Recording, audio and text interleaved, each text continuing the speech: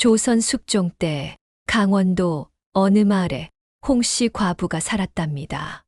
홍씨 과부는 본래 양반집 교수로 태어나 금지옥 옆 귀하게 자랐지요.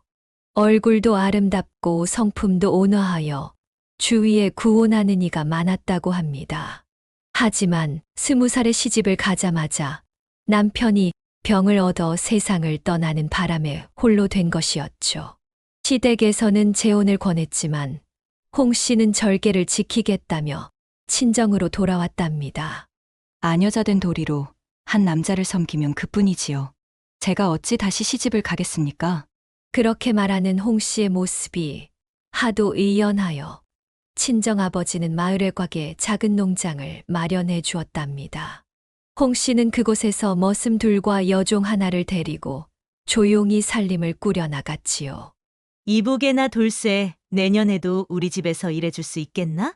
홍 씨는 매년 이렇게 머슴들과 재계약을 하였는데 그 중에서도 억쇠라는 젊은 머슴이 특히 성실하였답니다. 억쇠는 어릴 적 부모를 여의고 절에서 자랐다고 합니다. 스님들이 키워 그런지 힘은 장사였지만 마음은 부처님처럼 착하고 순박했지요. 절 마당을 빗자루질할 때도 개미 한 마리 다치지 않게 조심했다고 하니 그 마음씨를 알 수 있겠지요. 스님, 저 개미들이 일하느라 바쁜데 제가 어찌 방해하겠습니까? 그렇게 말하던 억쇠를 보고 주지 스님은 흐뭇한 미소를 지었지요. 나이 20살이 되자 스님들은 억쇠에게 세상에 나가 가정을 꾸리고 살라 하였지만 억쇠는 은혜 갚을 일이 남았다며 절에 더 있겠다고 했답니다.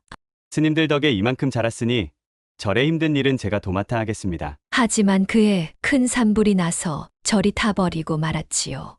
스님들은 뿔뿔이 흩어졌고 억쇠는 할 수 없이 마을로 내려와 머슴살이를 시작했던 것입니다. 억쇠가 처음 홍씨과 부댁에 머슴으로 들어온 건 봄철이었답니다. 마을에서 소문난 힘센 일꾼이라 홍씨가 직접 청해서 데려온 것이지요. 동네 사람들 말로는 자네 혼자서 황소 2마리 몫을 한다던데? 정말인가? 과찬이십니다. 그저 하늘이 주신 힘으로 부지런히 일하고 있을 뿐입니다. 억쇠의 겸손한 대답에 홍씨는 더욱 마음에 들었답니다. 게다가 얼굴도 미남은 아니지만 눈매가 맑고 순해서 보면 볼수록 믿음직스러웠지요. 그렇게 한 해가 지나고 2해가 지나면서 억쇠는 홍씨 과부댁의 든든한 기둥이 되었답니다. 아침 일찍 일어나 소에게 꼴을 먹이고 낮에는 밭을 갈고 저녁이면 지게를 지고 땔감을 해왔지요. 억세 녀석, 참말로 우직하기도 하지. 그려. 저런 머슴 하나면 10머슴 안 부럽다니까. 마을 사람들도 억쇠의 성실함을 칭찬했답니다. 특히 과부들이 많은 마을이라 억쇠 같은 믿음직한 머슴은 모두가 탐내는 존재였지요. 우리 집으로 오면 세경을 더 주겠네. 아니요. 저는 이 집이 편합니다. 이렇게 억쇠가 청을 거절할 때마다 홍 씨는 속으로 뿌듯했답니다. 하지만 한편으로는 이상한 감정도 피어났지요.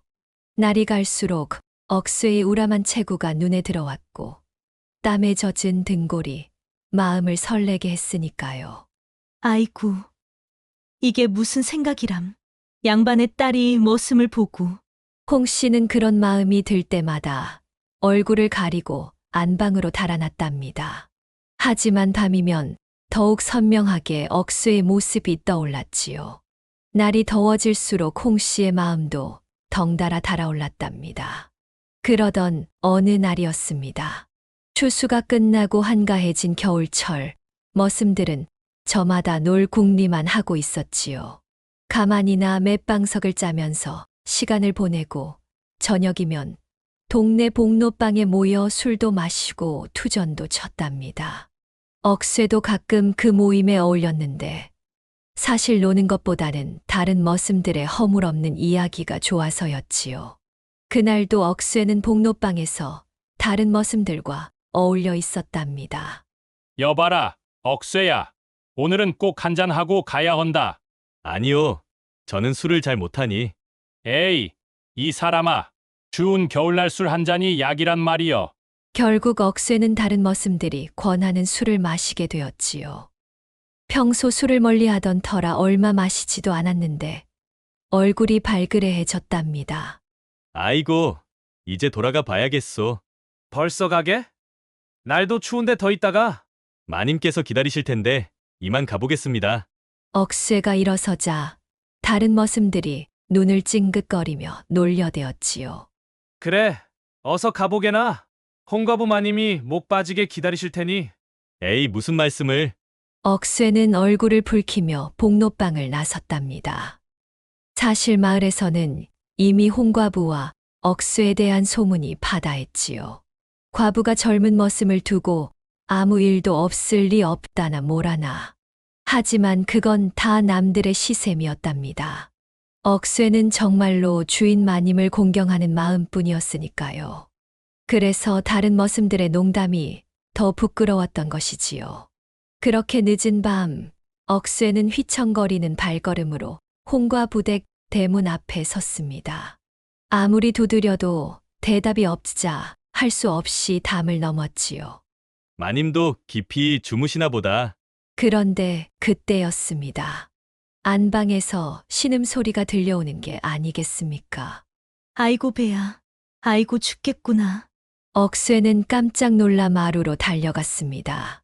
평소 같았으면 감히 안방 근처에도 가지 않았겠지만 술기운도 있고 마님의 신음소리가 하도 애절하여 발걸음이 절로 향했던 것이지요. 마님, 괜찮으십니까? 제가 의원을 모시러 가볼까요? 억쇠의 목소리에 홍과부는 잠시 놀란 듯했으나 이내 다급한 목소리로 대답했답니다. 아니다. 그럴 것까진 없고. 어서 들어와 내 배를 좀 문질러다오. 억쇠는 망설였습니다. 아무리 급한 일이라도 과부의 안방에 들어가는 건 올바르지 않다고 생각했기 때문이지요. 마님, 그래도 그건...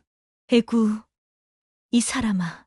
내가 죽어나가는데 그런 걱정할 때냐. 어서 들어와 보렴.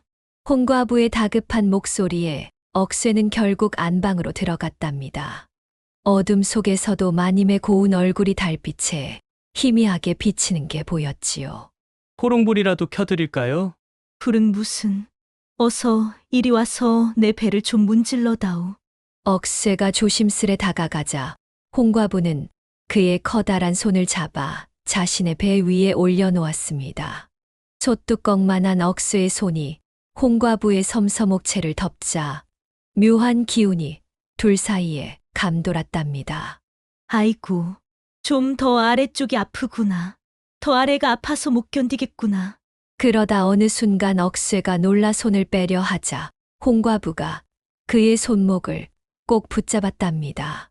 달빛에 비친 홍과부의 눈빛이 수줍으면서도 간절해 보였지요. 억쇠야, 마님, 이러시면 안 됩니다. 왜 안 되느냐. 나도 사람이고 너도 사람인데 내 마음을 모르느냐. 마님, 하지만 저는 천한 머슴이고 마님은... 억쇠의 말이 채 끝나기도 전에 홍과부가 그의 입술을 손가락으로 막았답니다. 이 밤, 이 시간만큼은 그런 것 따지지 말자꾸나. 그렇게 둘은 봄날 나비가 꽃을 찾아 정을 나누듯 서로의 품에 안겼답니다. 하지만 달콤한 시간이 지나고 나자 홍과부가 갑자기 훌쩍이기 시작했지요. 이 몹쓸 놈, 과부라고 나를 업신여기는 게냐. 마님, 그게 아니라... 내가 단순히 배만 문질러 달라 했지. 그런 짓까지 하라 했느냐. 억쇠는 당황하여 어쩔 줄 몰라 했습니다. 아까까지만 해도 다정하던 홍과부가 돌변한 것이지요. 마님, 제가 일부러 그런 것이 아니라... 이 일을 이대로 넘어갈 수 있을 것 같으냐? 마을에 소문이라도 나면 내 체면이 어찌 되겠느냐. 억쇠의 얼굴이 사색이 되었답니다. 자신의 실수로 마님의 명예가 훼손될까 겁이 났던 것이지요. 마님, 제가 어찌하면 좋겠습니까? 홍과부는 한참을 생각하더니 말했답니다. 그렇다면 세경을 좀 조정해 보면 어떻겠느냐? 원래 받기로 한 나락 5섬에서 한 섬을 덜어준다면 내 이번 일은 그냥 넘어가 보겠네. 억쇠는 잠시 생각에 잠겼습니다. 세경이 줄어드는 건 아쉽지만 마님의 체면을 지켜드리는 게 먼저라고 생각했지요. 알겠습니다. 마님 말씀대로 하겠습니다. 그렇게 일이 끝났다고 생각한 억쇠였지만 이상하게도 그 후로 마님의 배앓이가 잦아졌답니다. 한 달이 채 지나지 않아 또다시 마님이 배가 아프다며 억쇠를 찾는 것이었지요. 아이고 배야, 억쇠 거기 있느냐? 이번에도 억쇠는 마님의 부름에 응할 수밖에 없었습니다. 하지만 또다시 일이 그렇게 되자 억쇠가 벌떡 일어났답니다. 마님, 이번에도 세경을 한 섬 덜어야 합니까? 에이, 이 사람아. 새 것과 헌 것이 어찌 같은 값이겠나? 내 이번엔 반섬으로 덜어주겠네. 홍과부의 말에 억쇠는 말문이 막혔습니다. 게다가 달빛에 비친 마님의 모습이 하도 곱고 요염하여 도저히 거절할 수가 없었지요. 이렇게 둘의 은밀한 관계는 계속되었답니다. 마을 사람들은 이상하게도 홍과부의 병이 자주 난다며 수군거렸지요. 허이구, 저 마님은 왜 저리 배가 자주 아프신가? 글쎄 말이야. 그런데 이상하게도 아픈 날이면 꼭 억새를 부른다는구먼. 그러던 어느 날이었습니다. 억쇠가 단단히 결심을 한 듯 마님 앞에 섰답니다. 마님, 이제 더 이상의 거래는 못하겠습니다. 아니, 갑자기 그게 무슨 말이냐? 이러다가는 제가 받을 세경이 하나도 남지 않을 것 같아서요. 홍과부는 억쇠의 말에 한동안 아무 말도 하지 않았답니다. 그러더니 달빛 아래서 살포시 미소를 지으며 말했지요. 그렇다면 내가 너에게 나락을 주면 어떻겠누? 예. 그게 무슨 말씀이신지? 왜 싫은가? 아니면 이제 나를 보면 실증이 난 것이냐? 홍과부의 말에 억쇠는 얼굴이 붉어졌답니다. 어찌 싫을 수가 있겠습니까?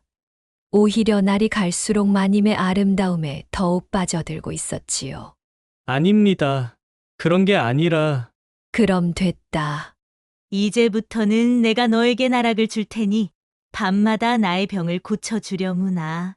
이렇게 해서 둘의 관계는 새로운 국면을 맞이했답니다. 이제는 홍과부가 억쇠에게 나락을 주는 것으로 바뀐 것이지요. 하루는 마을 사람들이 이상한 소문을 듣게 되었답니다. 이보게 들었나? 홍과부댁 억새가 올해 나락을 7섬이나 받았다더군. 허허. 그게 무슨 소리야? 보통 머슴이 받는 세경이 5섬도 안 되는데. 그러게 말이야. 도대체 무슨 일을 했기에 7섬이나 받았을까? 소문은 바람처럼 퍼져나갔답니다. 처음에는 마을 과부 한두 명이 밤중에 몰래 찾아왔지요. 여보게 억새, 나도 며칠째 배가 아파서 잠을 이루지 못하네. 우리 집에 와서 좀 봐주시게. 억새는 처음에는 완곡하게 거절했지만 과부들의 성화에 어쩔 수 없이 가끔 들러 병을 고쳐주었답니다. 하지만 이게 웬일입니까? 소문은 눈덩이처럼 커져갔지요. 건너 마을 김과부 아주머니 배앓이가 씻은 듯이 나았다면서요? 그러게 말일세. 우리 마을 이과부도 홍과부네 머슴이 와서 병을 고치고는 얼굴빛이 좋아졌다나 뭐라나. 이웃 마을까지 소문이 퍼지자 더 많은 과부들이 찾아왔습니다. 처음에는 부끄러워 밤중에 몰래 찾아오던 것이 이제는 대낮에도 슬쩍슬쩍 찾아오는 지경이 되었지요. 요즘 우리 억새 얼굴이 왜 저리 헬쓱해졌을까? 홍과부는 발을 동동 굴렀지만 이미 엎질러진 물이었습니다. 게다가 과부들이 하나같이 억새의 세경을 올려주겠다며 은근히 모시려 들었지요. 우리 집으로 오면 세경을 배로 주겠네. 아니, 우리 집은 3배를 주겠네. 우리 집으로 오게나? 이렇게 되자 홍과부는 더욱 애가 탔답니다. 하루는 억새를 불러놓고 타일렀지요. 억새야, 너무 무리하지 말거라. 그러다 탈이라도 날까봐 걱정되는구나. 이제 남의 집 기웃거리는 것은 그만하고 나에게만 오는 게 어떻겠누. 하지만 이미 때는 늦었습니다. 낮에는 머슴일에 밤마다 이 집 저 집 다니며 병을 고치느라 억쇠는 점점 지쳐갔지요. 한 달이면 20명도 넘는 과부들의 병을 고쳐야 했으니 그 고단함이 오죽했겠습니까? 결국 억쇠는 한계에 다다랐답니다. 밤새 과부들의 병을 고치고 나면 낮에는 일을 제대로 할 수도 없었지요. 이러다가는 내가 먼저 죽겠구나. 게다가 과부들 사이에서 은근히 시기와 질투도 일어나기 시작했답니다. 아니, 어제는 분명 우리 집에 온다 했는데 김과부 집에 갔다지 뭐야? 우리 집엔 이틀을 기다려도 안 오고. 이런 소문들이 홍과부의 귀에까지 들어오자 억쇠는 더욱 곤란한 지경에 빠졌지요. 마님, 이러다가는 제가 큰 탈이 날 것 같습니다. 그러니 내가 무리하지 말라고 했잖니. 어느 날 밤, 여느 때처럼 과부들의 병을 고치러 나간 억쇠가 돌아오지 않았습니다. 홍과부는 어두워질 때까지 기다렸지만 억쇠는 끝내 돌아오지 않았지요. 방을 살펴보니 한 구석에 편지 한 장이 놓여 있었답니다. 떨리는 글씨로 쓴 편지였지요. 마님, 죄송하옵니다. 이제 더 이상 과부님들의 병을 고칠 기력이 없어 이만 떠나옵니다. 마님 병화는 늘 제 마음에 걸리옵니다만 이 몸이 10개라도 모자랄 지경이니 어찌하오리까. 억쇠는 그렇게 한밤중에 야반도주를 했답니다. 이 소식이 퍼지자 마을은 발칵 뒤집혔지요. 이를 어쩐단 말이냐? 우리의 명약이 도망을 가다니. 애구구, 이제 밤마다 배는 누가 쓰다듬어 주나. 특히 홍과부는 더욱 서러워했다고 합니다. 억쇠야, 내 배는 내 손이 아니면 도통 나을 기미가 없구나. 세월이 흘러 이 이야기는 과부들의 약손 이야기로 전해져 내려왔답니다. 그 뒤로 그 마을에서는 과부들이 밤마다 배를 움켜쥐고 뒤척이는 소리가 들린다고 하네요. 어떤 이는 억쇠가 강원도 깊은 산중에서 은둔하며 살았다고도 하고, 또 어떤 이는 제주도까지 도망가 새 삶을 살았다고도 하지만 그건 아무도 모를 일이지요. 다음 이야기가 지금 시작됩니다. 구독과 좋아요는 큰 힘이 됩니다. 나주 고을에 한 훈장이 살았습니다. 훈장은 학문이 깊고 인품이 고매하여 많은 제자들의 존경을 받았지만 불행히도 일찍 세상을 떠나고 말았지요. 뒤에는 부인과 무남동녀 예진만이 남았답니다. 예진이 자라날수록 그 자태가 하늘이 빚어낸 듯했습니다. 살구꽃처럼 하얀 피부에 먹처럼 짙은 눈동자, 버들가지같이 휘늘어진 눈썹까지 마을 사람들은 그녀를 옥골이라 불렀지요. 하지만 예진의 진정한 아름다움은 외모가 아닌 지성이었답니다. 아버지에게 배운 사서 삼경을 모두 통달했고 붓글씨는 구름이 흐르듯 고왔지요. 예진이 20살이 되던 해였습니다. 이웃 동네 이참봉 댁에서 혼담이 들어왔지요. 아니, 이참봉 댁이라면 그려, 나주에서 제일 가는 양반가 아니던가. 비록 예진네는 살림이 기운 상태였지만 이참봉 댁에서는 예진의 덕행과 학식을 높이 샀답니다. 10월 상달에 혼례를 올리기로 하고 사주단자까지 받았지요. 우리 예진이가 드디어 좋은 곳에 시집을 가는구나. 예진의 어머니는 기쁨의 눈물을 흘렸습니다. 하지만 이 기쁨도 잠시 갑자기 청천벽력 같은 소식이 날아들었습니다. 이게 무슨 소리요? 파혼이라니. 매파가 전해온 소식은 더욱 충격적이었지요. 아이고, 이게 어찌된 일이냐. 예진 아씨에 대한 흉흉한 소문이 마을에 파다합니다. 무슨 소문이란 말입니까? 매파는 한참을 머뭇거리다 입을 열었습니다. 예진 아씨가 옛적부터 딴 남자와 거시기한다고. 아이고 망측스러워서 이런 말씀을 어찌 드려야 할지. 바로 그날 밤이었습니다. 술에 취한 팔목이라는 자가 예진네 대문을 걷어차고 들어온 것이었지요. 장모님 좀 나와 보시오. 팔목이는 훈장이 살아 생전에 서당에 다니던 학동이었습니다. 키는 훤칠했지만 눈매가 사악했고 입가에는 늘 불손한 미소를 띠고 있었지요. 훈장의 쌈짓돈을 훔치고 소금 장수를 속이고 술집에서 행패를 부리는 등 온갖 못된 짓을 일삼던 자였답니다. 장모님, 이게 웬일이오? 예진이와 나는 이미 깊은 사이인데 어찌 다른 곳에 시집을 보내려 하시오? 이놈이 무슨 허튼 소리를. 허튼 소리라니요? 예진이와 나는 이미 몸을 섞은 사이인데 팔목이의 말에 예진 어머니는 그 자리에서 기절하고 말았습니다. 예진은 이제야 모든 상황을 깨달았지요. 팔목이가 자신을 차지하려고 이런 음모를 꾸민 것이었답니다. 어머님, 제발 정신을 차리세요. 어머니는 화병이나 자리에 눕고 말았지만 예진은 결코 물러서지 않았습니다. 아버지에게서 배운 지혜로 이 난관을 헤쳐나가리라 다짐했지요. 예진은 곧장관하로 달려갔습니다. 사또 나리, 소녀에게 억울한 누명이 씌워졌나이다. 사또는 한참을 고민하다가 팔목이를 불러들였습니다. 팔목이는 아주 자신만만한 표정이었지요. 사또 날이 분명히 소인은 예진 아씨와 합의하에 통정을 했사옵니다. 그래. 그럼 언제 어디서 그랬는지 말해보거라. 지난 3월 보름말 밤 훈장님 서재에서. 팔목이는 거짓말도 거침없이 하는 것이었습니다. 사또는 일단 팔목이를 감옥에 가두었지요. 그런데 이게 웬일입니까? 팔목이의 아버지가 찾아와 사또를 은근히 협박하는 것이 아니겠습니까? 사또 날이 소인의 외당숙이 의금부에 계시는데 이방도 예진을 압박하기 시작했습니다. 아씨, 이러시면 안 되지요. 팔목이와 혼례를 올리는 게 좋을 듯하오. 팔목이네 집안이 그리 나쁜 편도 아니잖소. 괜히 더 소문이 퍼져 아씨 혼사길이 아예 막힐까 걱정이오. 하지만 예진은 결코 굽히지 않았습니다. 그녀의 머릿속에는 이미 한 가지 계책이 떠올랐지요. 예진은 동원마당에서 이방을 불러 귓속말로 속삭였습니다. 이방 나리, 제 배꼽 아래에 검은 사마귀점이 있다고 해주시지요. 네? 그게 무슨... 어서 사또 나리께 그리 아뢰어 주십시오. 그리고 팔목이에게 제 몸의 특징을 물어보시면 됩니다. 이방은 묘한 미소를 지었습니다.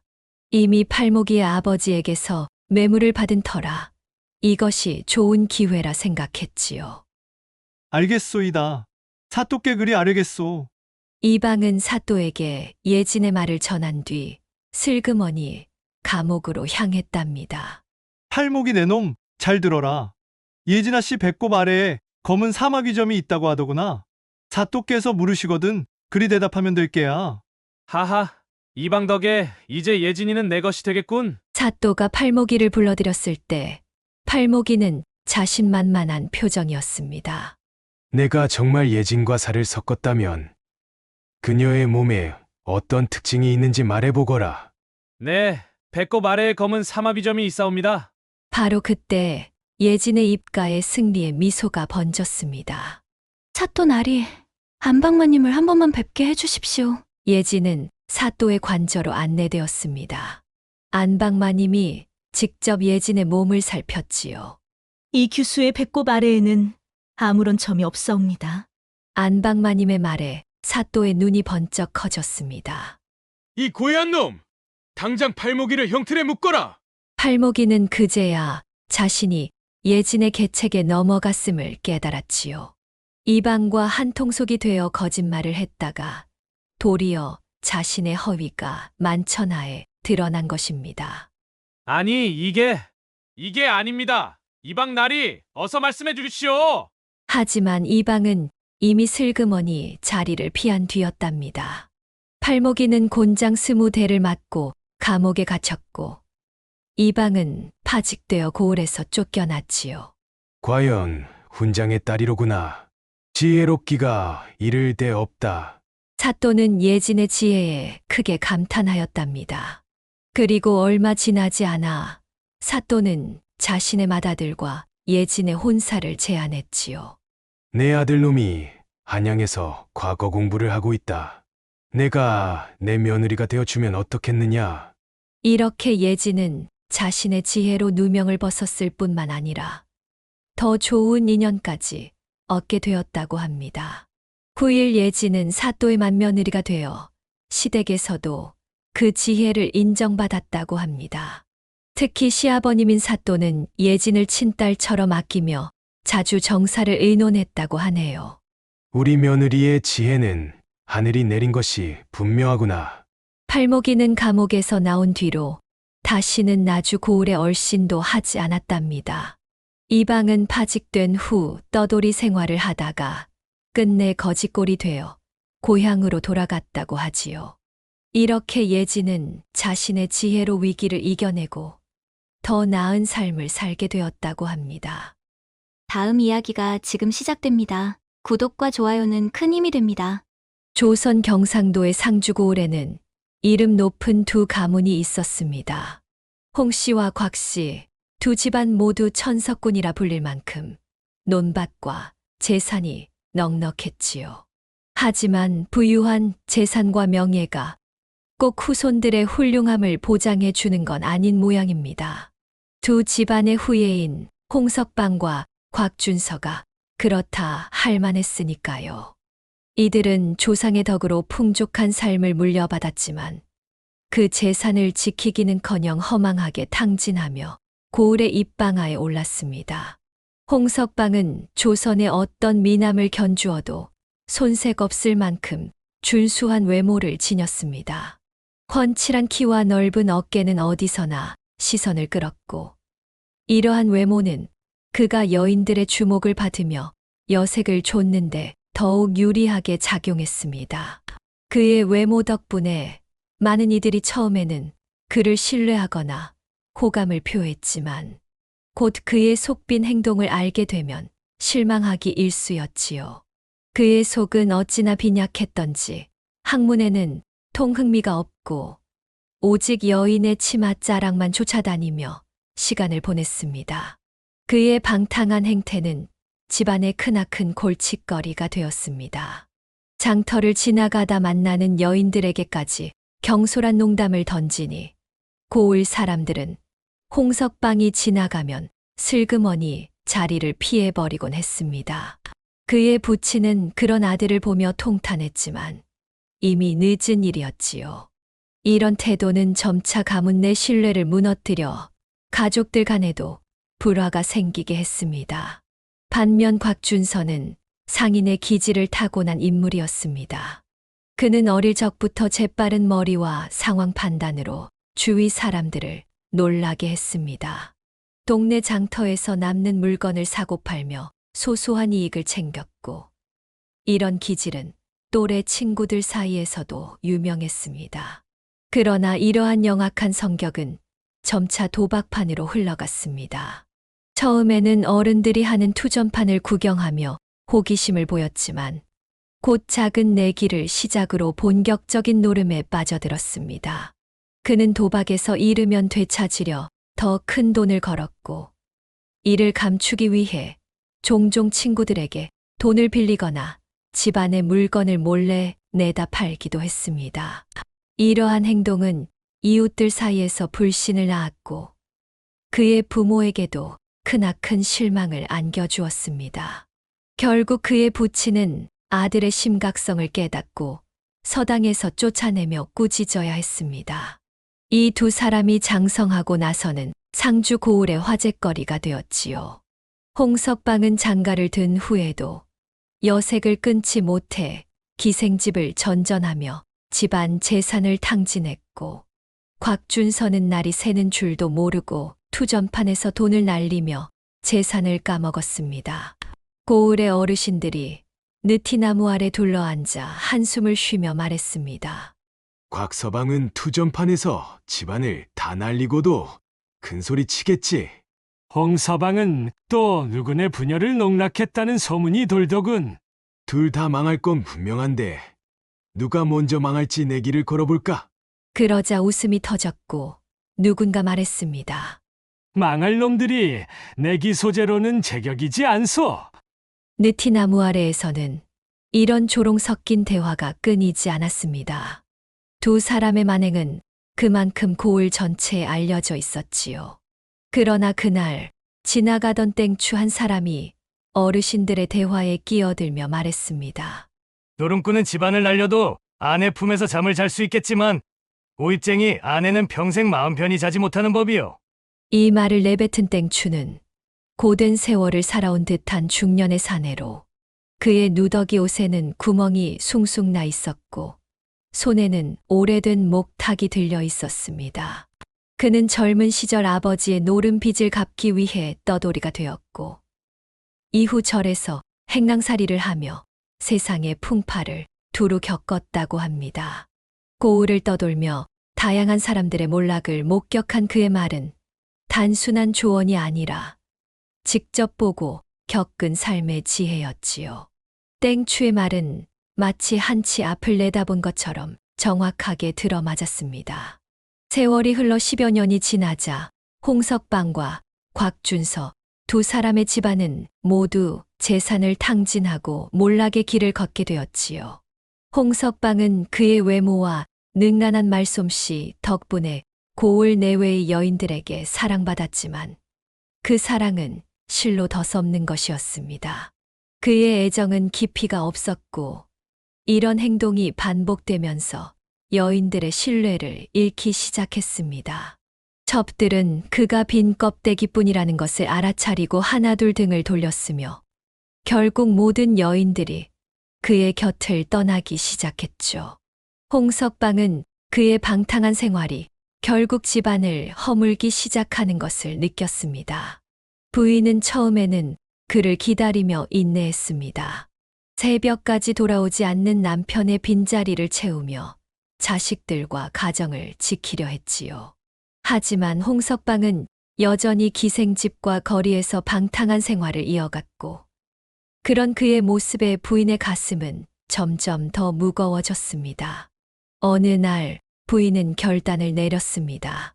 홍석방이 또다시 술에 취해 집에 들어오자 그녀는 그를 기다리고 있다가 차분하지만 단호하게 말했습니다. 이 집안은 더 이상 당신의 방탕을 감당할 수 없습니다. 당신이 가정을 지키지 않겠다면 나도 이 가정을 더 지킬 이유가 없소. 그녀의 말에 홍석방은 당황했지만 잠깐뿐이었습니다. 그는 그저 고개를 저으며 방으로 들어갔지요. 며칠 뒤 부인은 아이들을 데리고 집을 떠났습니다. 집안 곳곳에는 그녀가 정성껏 가꾸던 흔적이 남아 있었지만 이제 더 이상 그 따스함은 느껴지지 않았습니다. 동네 사람들은 그녀가 떠나는 것을 보며 수군거렸습니다. 저 집도 결국 이렇게 되는구먼. 아무리 재산이 많아도 여색에 빠진 집안은 오래 못 간다더니. 한편 곽준서는 끝까지 투전판을 떠나지 못했으나 그의 아내만큼은 가정을 지키기 위해 분투했습니다.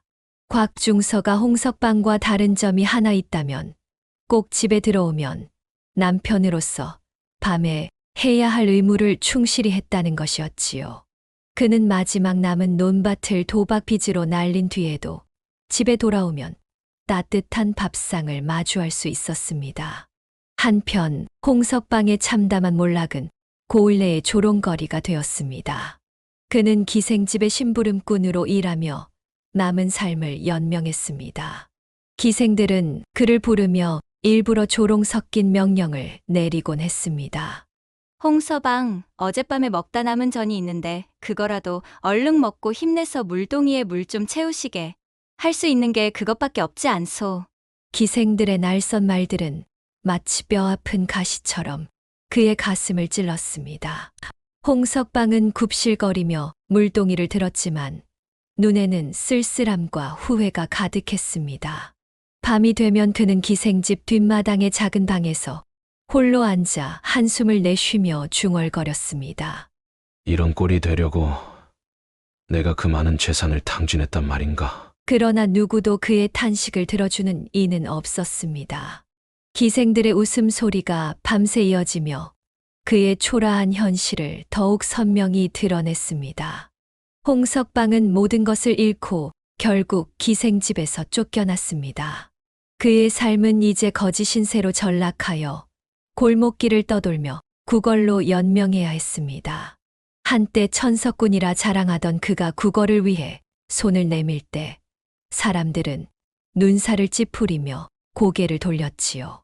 저렇게 모든 것을 잃은 게 여색 때문이라니 사람 욕심이란 무섭구먼.